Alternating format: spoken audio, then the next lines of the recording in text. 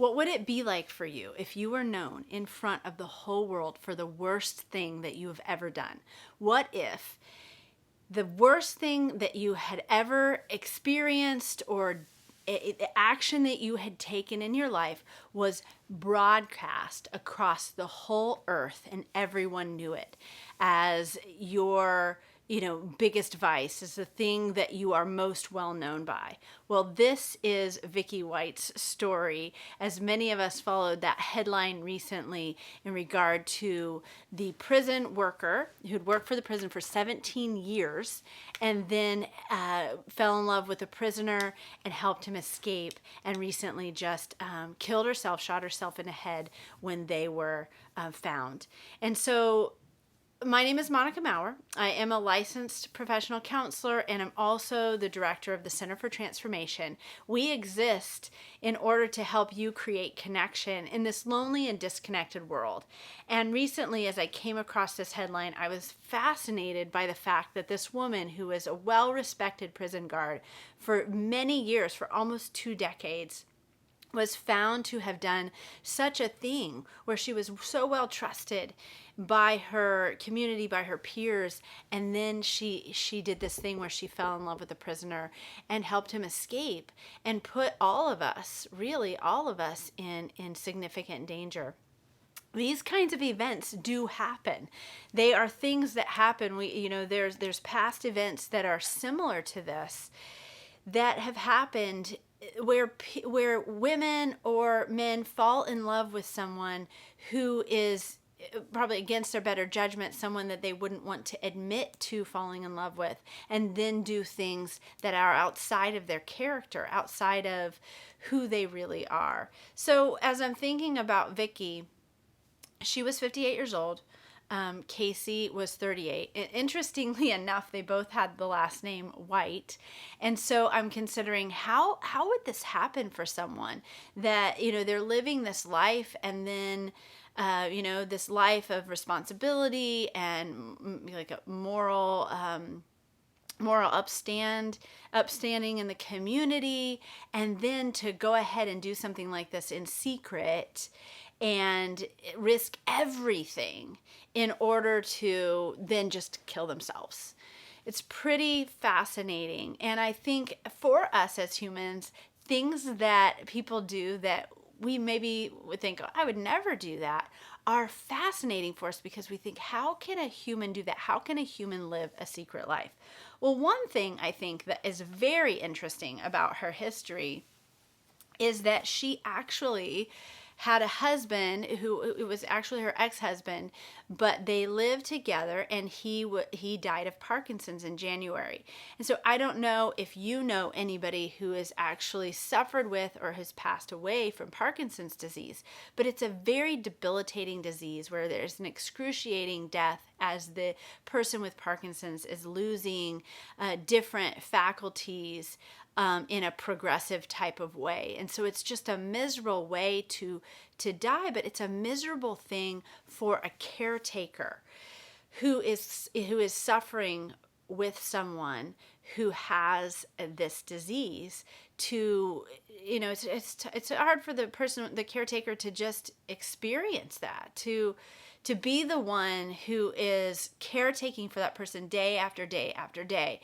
And if you have never been a caregiver, you probably don't understand this. I mean, if you're a nurse, or if you've worked in hospice, or if you've had a family member that you've cared for who has suffered in this way, you would understand the level of trauma and difficulty it is to have someone suffer and die while you're caring for them. So we can understand that Vicky White was likely a traumatized individual who had just experienced a major trauma. And sometimes with Parkinson's, it takes a very long, slow death, whether it's a decade. I have no idea how long it took her ex-husband, to actually pass away. But to be in that type of experience with someone where you're watching them day in, day out, and you're going on with your life, trying to work, trying to function, but also caring for this person who is dying can be such a traumatic experience. So the first thing I thought when I saw that is, this must have been a traumatized individual. Now, who knows? She could have been traumatized from something else in her past. It could have been that Parkinson's was more of a quick death. I haven't researched it to that degree. But just to know, I think when we consider somebody doing something so outlandish, so atrocious, we want to really be curious. We don't want to just judge them for what we think, how bad they are, and see only through our limited lens. We want to ask ourselves, why would somebody do something like this? It's not because they're non-human. It's not because they're a monster. It really has so much to do with what they've been through and the lens that they see life through.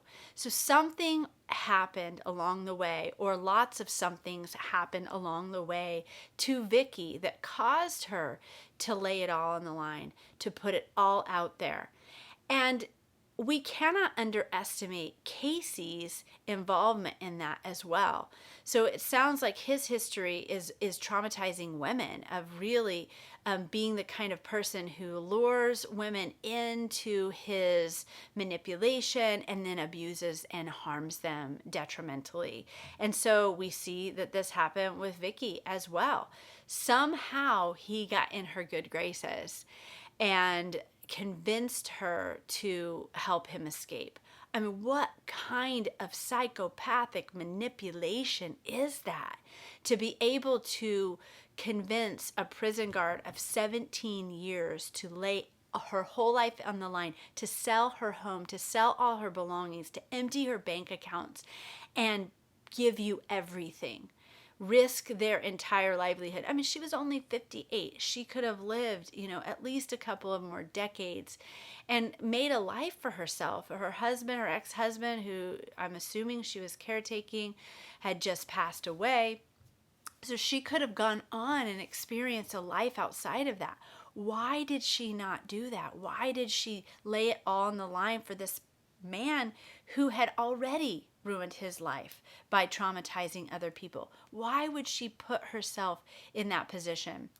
So there is something called trauma bonding and trauma reenactment that people go through in life. And trauma bonding has to do with when you've been through a difficult experience with someone, when there's a difficult experience that you've had with another individual, and then your brain actually hooks up or links with them in this kind of a dysfunctional, bonded kind of way, almost like you are connected to your captor kind of thing, and you obey someone who has been abusive to you. Very complicated way of bonding and connecting to someone. It's not healthy, but it is something the brain does. And then there's also this concept of trauma reenactment. That happens for people when they have had a trauma happen. Oh, excuse me, my dog wants to come in the room. Come here. Got the dog in, Lucy. Maybe she'll come over and meet y'all here in a minute. But that trauma reenactment happens when someone wants to, they don't want to, but it's really has to do with their subconscious. Their subconscious has to re-engage in a trauma in order to try to reconcile a past trauma. So when, let's just say, it's a childhood trauma that happened. Let's just say someone was abused by, a neighbor growing up or something. And so they have a sexual abuse history with this adult who's their neighbor. And then they go into adulthood and they end up being maybe very sexually promiscuous with people in their community, etc. And usually that kind of thing has to do with that the brain is unresolved from the thing that had originally happened. And the brain actually wants to reenact the trauma in order to see if the brain can get a different result, in order to resolve the thing that is open-ended. if you think of the neurological system like, it's a system that wants order. It wants order. It wants to be regulated. And when it's not regulated, when there's no order and this chaos comes in, I think of the chaos, the traumas or the chaos, like toxic balls of dysfunction that are kind of stuck inside of the neurological system. And then the brain actually wants to kind of break up those dysfunctional entities and make sense of the entity in order to reintegrate and kind of become a part of the whole in a healthy and healed way. But when there's toxins kind of built up inside of a system, there is dysfunction that kind of is birthed out of that. And so we see that in our human dysfunction with unresolved traumas come all kinds of mental illness and physical illness and other complications and dysfunctions, because these things aren't resolved, and our mind starts to actually work around the trauma rather than experiencing resolve from the trauma. When our traumas are resolved, we actually begin to see things in a more clear and functional way.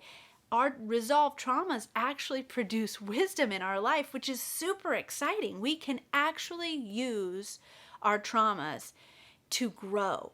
And that is the hope. But we see in Vicky White's case that really did not happen for her. And I just think it's a travesty. It's a sincere tragedy that she lost her life because of this bad decision that she made that was likely birthed out of trauma for herself. Now, of course, Casey, his is traumatic too. I'm sure his past, his history, yet he was a predator. He was a predator and unsafe and unfit for society, where Vicky was a contributor to society, helping to keep society safe. And so I find this story very sad. And like I said, I think what's really important is that when things like this happen, that we really review the situation, review the case, and think, what really happened here? How can I be curious and caring rather than judgmental and harsh? We know that what goes around comes around, and that when we judge, we will be judged. And so it's oftentimes that when we judge others that we end up enacting similar types of things. So be careful if you're judging, and really try to stay curious, at the same time stay safe. So I look forward to seeing you on the next episode.